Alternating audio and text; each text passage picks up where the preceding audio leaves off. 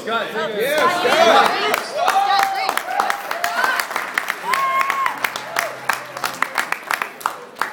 Good evening, everybody. Before I get into my tribute to Mike, I just want to thank all of you for your presence today. I also want to thank and congratulate both families and the bridal party for their hard work and dedication in making this day come to fruition. I know Mike and Gina couldn't be happier to share this day with all of you tonight. For those of you that don't know me, let me introduce myself. My name is Scott Song. I'm one of Mike's younger brothers, and apparently the undisputed best man for tonight. Yes, after all these years, he's finally admitted it. It's okay, Mike. The truth always sets you free.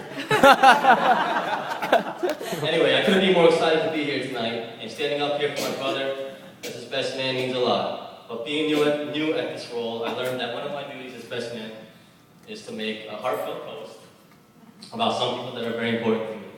So hopefully as the night goes on, I hope every one of you can spend some quality time with them.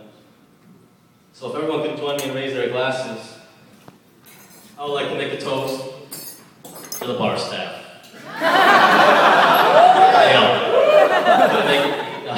Couldn't do it without you guys. That's true, though. Yeah. You know, So it makes me very happy. he doesn't leave anybody out. A wonderful woman like Gina. By the way, Gina, you look absolutely amazing tonight. Beautiful as usual. Mike, you look okay. As usual. But anyway, I can tell Better than you guys are right for each other. And it was clear to see that Gina was very good for Mike.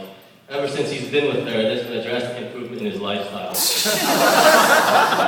For example, his place is a lot cleaner and more organized. He eats less Chinese takeout. Shows up on time for stuff. Drives a safer car. He even finally named his cat, which somehow he left nameless. Just to go on, but as you can see, Gina has made Mike a better man. Her ability to put up with his shenanigans make her a better woman than most. So Gina, I just want to say congratulations. You couldn't be happier that you're part of our family now, and you've made Mike a very lucky man tonight. Alright, so speaking of the groom here, if anyone was suspecting any funny or embarrassing stories about growing up with him, I wish I did, but I don't. Because truth be told, we didn't grow up together. Out of circumstances out of our control, we had to grow up in different parts of the country. Mike grew up in Maryland, I grew up in Massachusetts. Yeah. But knowing Mike like I do now, he would probably describe his formative years to me like this. Scott, it wasn't easy being a child prodigy. I never remember my ability to fulfill ages. And being voted the sexiest man at the University of Maryland, Scott always cracked up to me. Yeah, I'm kind of a big deal. Yo, you out of control, bro.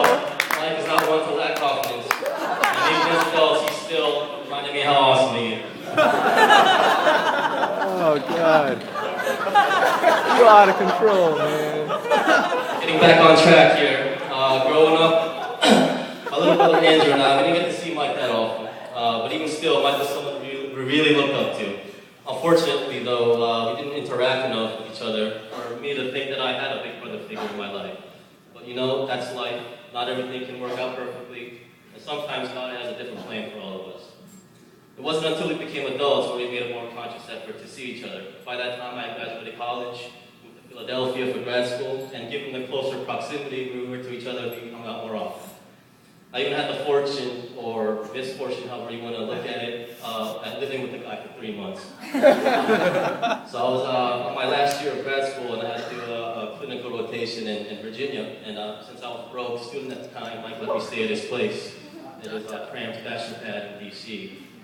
Like the lazy bachelors that we were at the time, we basically lived off Chinese takeout and Miller Lite was our primary diet. Housekeeping in Mike's place was pretty much an optional practice. Sleeping accommodations consisted of a couch and a lumpy pillow. And unfortunately, farting is a sport. No shame ripping one when you fell off. But it was all good. Nobody got hurt. Nobody got hurt. Scott is out of control, man. It's this time with him that I bring up because despite the unhealthy and unsanitary conditions that we live in, this is where we finally got to know each other on a deeper level. Behind all the clowning around, trash talking, and that borderline cocky exterior of his, I got to know a guy who was unconditionally generous, loyal, kind, and thoughtful. And It's these qualities that allowed a very private person such as myself to open up, and in doing so, we had a very profound bonding experience. So in the end, that 3 months was something I was really grateful for. So blood may be thicker than water, but sometimes it takes work to make brotherhood happen. That's the story of you and I, Mike. Where we are now didn't happen just because we shared common parentage. We had to make a serious investment. To me, it's an investment that's paid off because no matter what mixture of blood flows through our veins, I'm proud to call you my big brother. Doesn't matter if we're half-brothers, step-brothers, brothers from another mother. Brotherhood is a condition we work out on our own. So Mike, I just want to say congratulations. I'm proud of you. I love you. I couldn't be happier for you. I know you'll be a great husband to Gina, and I know you're in good hands with the love of your life by your side.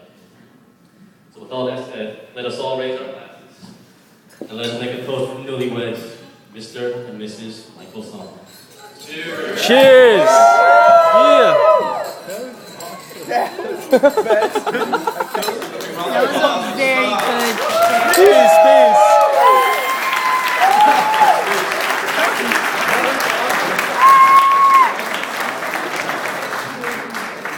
Alright, thank you very much. I want a copy of that.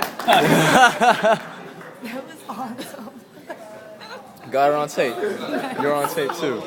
I want a copy of that for sure. Send it out to the family, dude. Yeah. Use that for him, man.